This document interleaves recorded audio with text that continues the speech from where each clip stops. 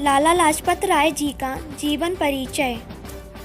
भारतीय स्वतंत्रता संग्राम के नायकों में से एक और लाल बाल पाल की तिकड़ी के मशहूर नेता लाला लाजपत राय का जीवन आज भी युवा पीढ़ी के लिए प्रेरणा का स्रोत बना हुआ है।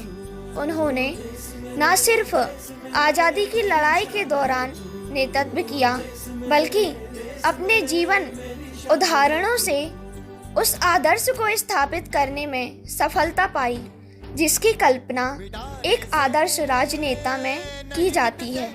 शुरुआती जीवन और देश प्रेम। लाला लाजपत राय का जन्म 28 जनवरी 1865 को पंजाब के मोगा में एक साधारण परिवार में हुआ था। उनके पिता लाला राधाकृष्ण एक अध्यापक रहे। इसका प्रभाव लाला लाजपत राय पर भी पड़ा। शुरुआती दिनों से ही वे मेधावी छात्र रहे और अपनी स्कूली शिक्षा पूरी करने के बाद वकालत की ओर रुख कर लिया। वे एक बेहतरीन वकील बने और कुछ समय तक वकालत भी की, लेकिन जल्द ही उनका मन इस काम से उचट गया। अंग्रेजों की न्याय व्यवस्था के प्रति उनके मन में रोष पैदा हो गया। उन्होंने उस व्यवस्था को छोड़कर बैंकिंग का रुख किया। बैंक, बीमा कर्मी और गरम दल के नेता।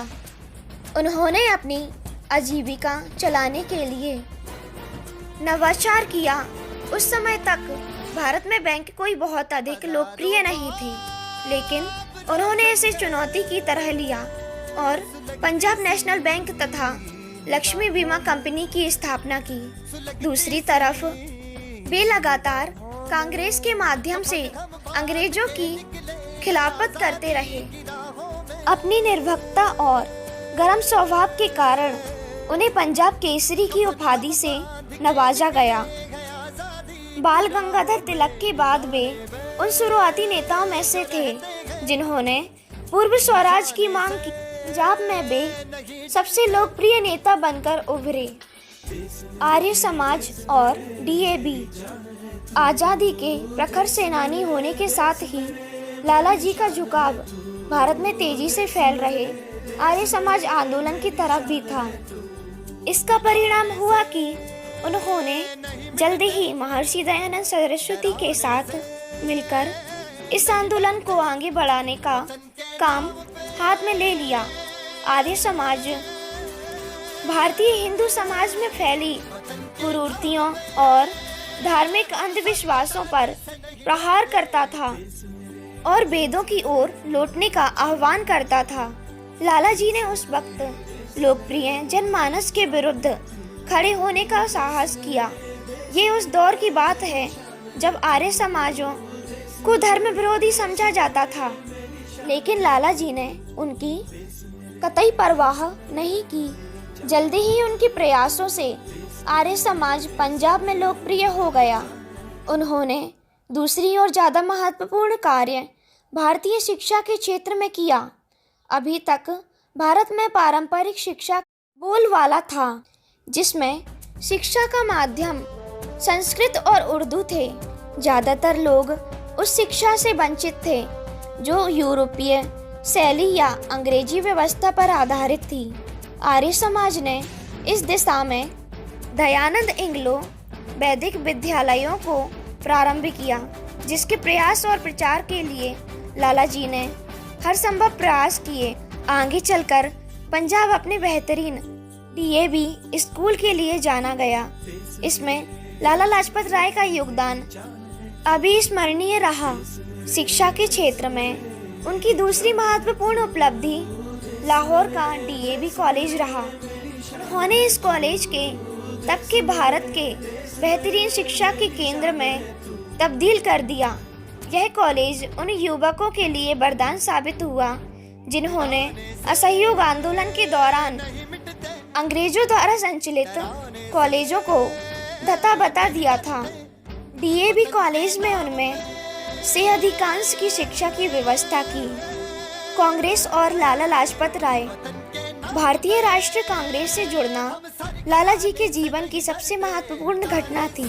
1888 में कांग्रेस का वार्षिक अधिवेशन इलाहाबाद में हुआ और यह पहला अवसर था जब लाला लाजपत राय को एक संगठन से जुड़ने का अवसर मिला।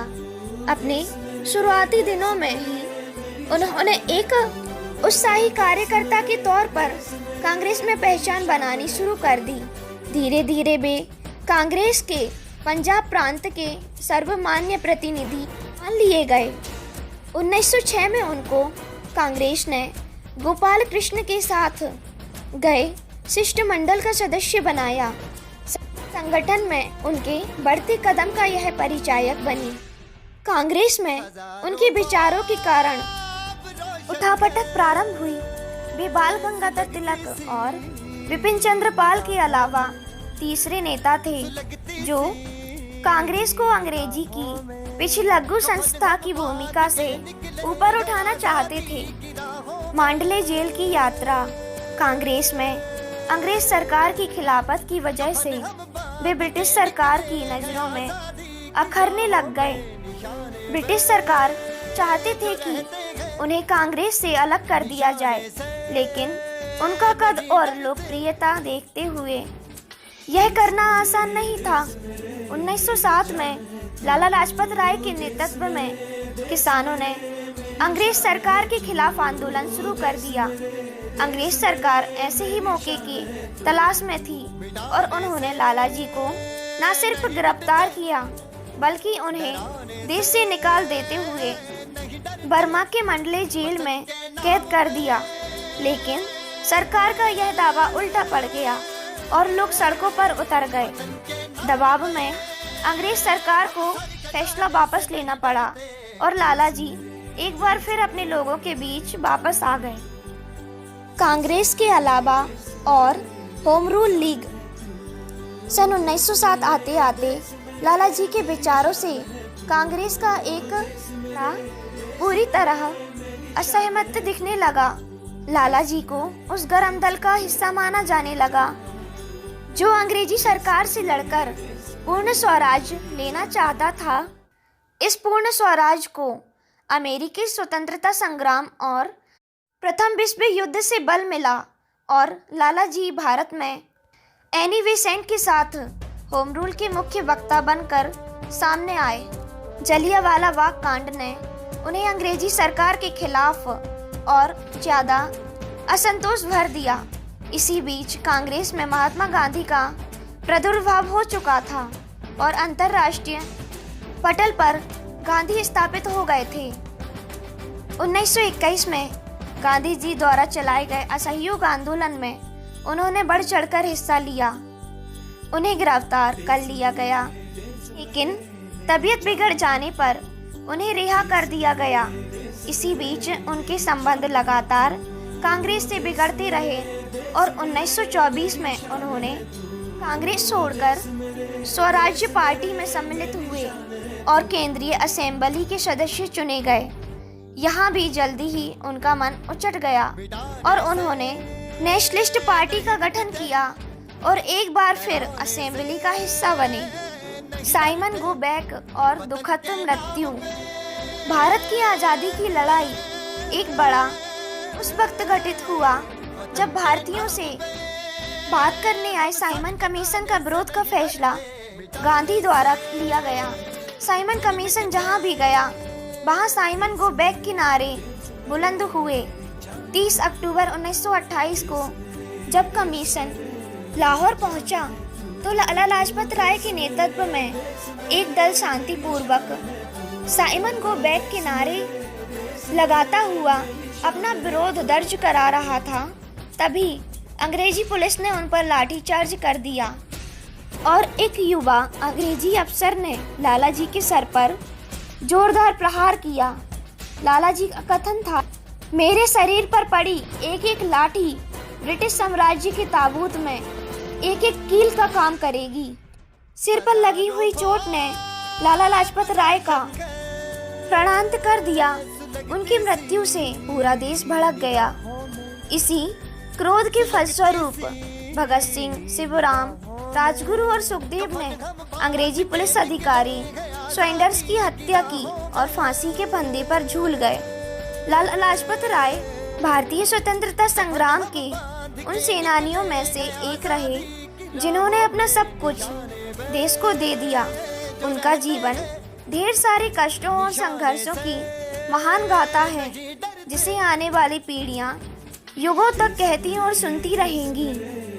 लाला लाजपत राय द्वारा लिखित मुख्य किताबें। भारत के महान स्वतंत्रता सेनानी लाला लाजपत राय एक महान विचारक होने के साथ साथ एक महान लेखक भी थे। उन्होंने अपने कार्यों और विचारों के साथ ही अपने लेखन कार्यों से भी लोगों का मार्गदर्शन किया। उनकी मुख्य किताबें निम्नलिखित हैं: history of Arya Samaj, England's डेप्ट to India, the problem of national education in India, Swaraj and social page, the United State of America, दुस इम्प्रेशन एंड स्टडी, मैजिनी का चरित्र चित्रण 1896, गैरीवाल्डी का चरित्र चित्रण 1896, शिवाजी का चरित्र चित्रण 1896, दयानंद सरस्वती 1898, युग पुरुष भगवान श्री कृष्ण 1898, मेरी निर्वासन कथा, रोमांचक ब्रह्मांड, भगवत गीता का संदेश 1908। ये थीं लाला लाजपत राय जी द्वारा लिखित मुख्य किताबें। लाला लाजपत राय के विचार: मनुष्य अपने गुणों से आगे बढ़ता है, ना कि दूसरों की कृपा से। मेरे शरीर पर पड़ी एक एक लाठी ब्रिटिश सरकार के ताबूत में एक एक कील का काम करेगी। मेरा विश्वास है कि बहुत से मुर्दों पर मेरी खामोशी लंबे समय तक फायदेमंद होगी। ये थे लाला लाजपत राय जी के विचार।